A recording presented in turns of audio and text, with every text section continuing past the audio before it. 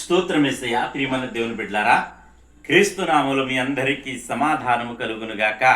ఆమేన్. ప్రతి దినము దేవుని వాగ్దానం అని ఆత్మీయ చక్కటి కార్యక్రమంలో మిమ్మల్ని ప్రేమపూర్వకంగా ఆహ్వానిస్తున్న దేవుని ప్రజలారా, ఎలా ఉన్నారు? బాగున్నారా? ఉదయాన్నే లేచారా? ప్రార్థన చేసుకున్నారా? కాసేపైనా వాక్యాన్ని చదువుకున్నారా? మరలా ప్రతి దినము ఈ విధంగా మిమ్మల్ని మేల్కొల్పడానికి ప్రభు నాకు ఇచ్చిన కృపను బట్టి, ఈ దినము యొక్క ఆయుష్ని బట్టి మరి దేవుని స్తుతిస్తూ మిమ్మల్ని మేల్కొల్పుతున్నాను.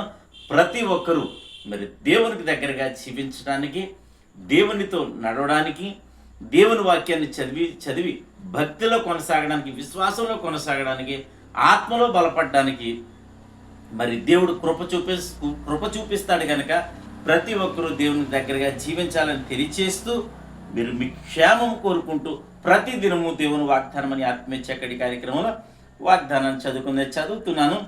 కీర్తనల గ్రంథము 33వ అధ్యాయము 11వ వచనం. యెహోవా ఆలోచన సదాకాలము నిలిచును, ఆయన సంకల్పములు తరతరములు ఉండును. దేవునికి స్తోత్రం. ఇక్కడ దేవుడు సెలవిస్తూ ఈ వాగ్దానంలో మరి ఉన్న మర్మాన్ని మనకు తెలుసుకోవాలని, ఈ వాక్యంలో ఉన్న మరి మర్మాలు మనం తెలుసుకుని మరి దాని ప్రకారంగా జీవించాలని మనకు తెలియచేయాలన్న దేవుని ఉద్దేశం ఏంటో తెలుసుకుందాం. యెహోవా ఆలోచనలు ఇక్కడ ఏమంటాడంటే, యెహోవా ఆలోచన సదాకాలం ఉండును. ఈ ఆలోచన దేవుని యొక్క ఆలోచనట మరి సదాకాలం ఉంటుందట. మన యొక్క ఆలోచన మరి కొద్ది దినములు మాత్రమే, ఈ నేడు రేపు ఎల్లుండి మాత్రమే మన యొక్క ఆలోచనలు మరి ఉంటాయి. మరి దేవుని యొక్క ఆలోచన మరి ఎలా ఉంటే సదాకాలం ఉంటుందట. దేవునికి స్తోత్రం. హల్లెలూయా. సదాకాలం నిలుస్తుందట. మరి దేవుని ఆలోచన సదాకాలం నిలవాలంటే, మరి నీ ఆలోచన కూడా సదాకాలం నిలవాలంటే నీవు దేవుని ఆలోచనను మరి కలిగి ఉండాలి. దేవునికి స్తోత్రం.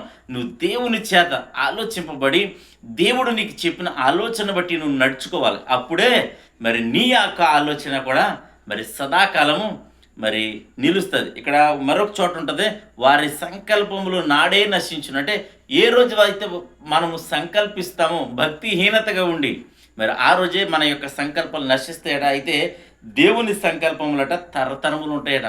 మరి నిజమే, అవును.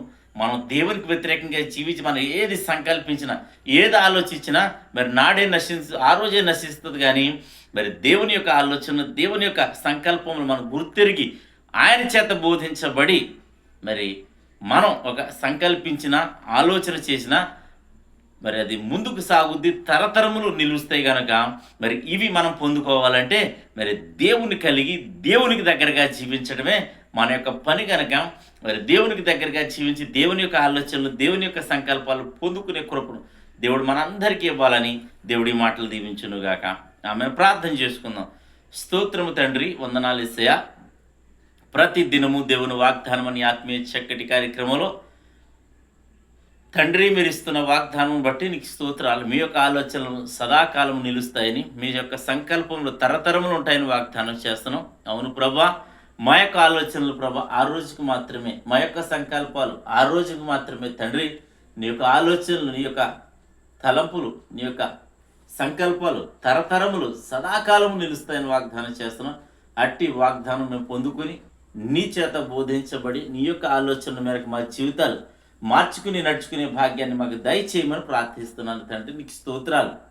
ఈ దినం ఎవరైతే ప్రభా రోగులై ఉన్నారో వారందరినీ క్రీస్తు నామములో స్వస్థపరుస్తున్నాం ప్రభా, నీకు వందనాలు. వారందరికీ స్వస్థత కలుగును గాకని ప్రార్థిస్తున్నాను.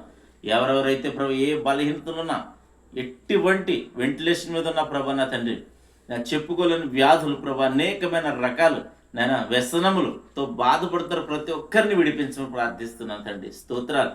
నేను ఉద్యోగాలు మీరు అనుగ్రహించమని ప్రార్థిస్తున్నాం. పారిశుద్ధ్య కార్మికులు మొదలుకొని ఉన్నతమైన అధికారుల వరకు మనుషులందరి కోసం, అధికారుల కోసం, రాజుల కోసం ప్రార్థిస్తున్న ప్రభు అందరికీ మంచి ఆలోచన, మంచి జ్ఞానము నన్ను ఇచ్చి ప్రభు అందరినీ వారి వారి స్థానాల్లో మీరు అభివృద్ధి పరచమని ప్రార్థిస్తున్నాం తండ్రి. యవనస్తులకు చక్కటి సంబంధాలు అనుగ్రహించమని ప్రార్థిస్తున్నాను. గర్భఫలాలు దయచేయమని ప్రార్థిస్తున్నాను తండ్రికి స్తోత్రాలు. అలాగే ప్రభా చదువుకుంటుండగా బిడ్డలకి మంచి జ్ఞాపక శక్తి మీరు దయచేయమని ప్రార్థిస్తున్నాను.